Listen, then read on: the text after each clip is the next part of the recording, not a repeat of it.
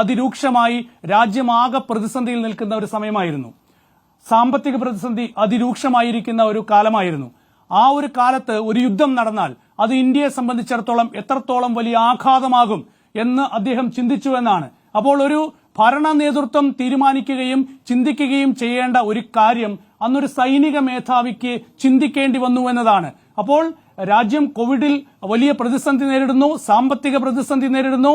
അതുപോലെ തന്നെ ഒരു യുദ്ധമുണ്ടായാൽ അതുണ്ടാക്കാവുന്ന ആഘാതത്തെക്കുറിച്ച് അന്നൊന്നും ചിന്തിക്കാതെ അന്ന് പ്രധാനമന്ത്രി നരേന്ദ്രമോദി പറയുകയാണ്, നിങ്ങൾക്ക് ഉചിതമായതെന്താണോ അത് ചെയ്യൂ എന്ന്. അപ്പോൾ യഥാർത്ഥത്തിൽ ഒരു സൈനിക മേധാവിയെ പ്രതിസന്ധിയിലാക്കിയ ഒരു കഥയാണ്.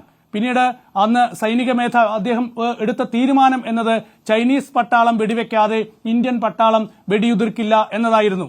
ഏതായാലും അങ്ങനെ അന്ന് ഇന്ത്യൻ ടാങ്കുകളൊക്കെ തന്നെ നിരത്തി നിർത്തി ചൈനീസ് പട്ടാളത്തിന്റെ വരവ് തടയാൻ ഇന്ത്യൻ സൈന്യത്തിന് സാധിച്ചു. അങ്ങനെ ഒരു ജനാധിപത്യ രാജ്യം നേരിട്ട ഏറ്റവും വലിയ വെല്ലുവിളിയെ മറികടന്ന ഒരു കഥയാണ്, ഒരു അനുഭവമാണ് എം നരവനെ ഈ പുസ്തകത്തിലൂടെ എഴുതി വെക്കുന്നത്, ഈ പുസ്തകത്തിൽ പറയുന്നത് എന്നാണ് കാരവൻ മാഗസിൻ പറയുന്നത്. 1999 കാർഗിൽ യുദ്ധസമയത്ത് അന്ന് കേന്ദ്രമന്ത്രിസഭയുടെ സുരക്ഷാകാര്യ സമിതി കൃത്യമായ തീരുമാനമെടുത്തു എന്നുകൂടി അദ്ദേഹം എഴുതുന്നുണ്ട്. അതുപോലെ തന്നെ 1971 ബംഗ്ലാദേശിനെ വിമുക്തമാക്കിയ യുദ്ധത്തിലും ഇതുപോലെ കൃത്യമായ തീരുമാനം അന്ന് ഇന്ദിരാഗാന്ധിയുടെ കാലത്ത് എടുത്തുവെന്നും അദ്ദേഹം കൃത്യമായി പറയുന്നുണ്ട്. ഈ വിഷയമാണ് ഇന്ന് രാഹുൽ ഗാന്ധി പാർലമെന്റിൽ ഉന്നയിക്കാൻ ശ്രമിച്ചത്.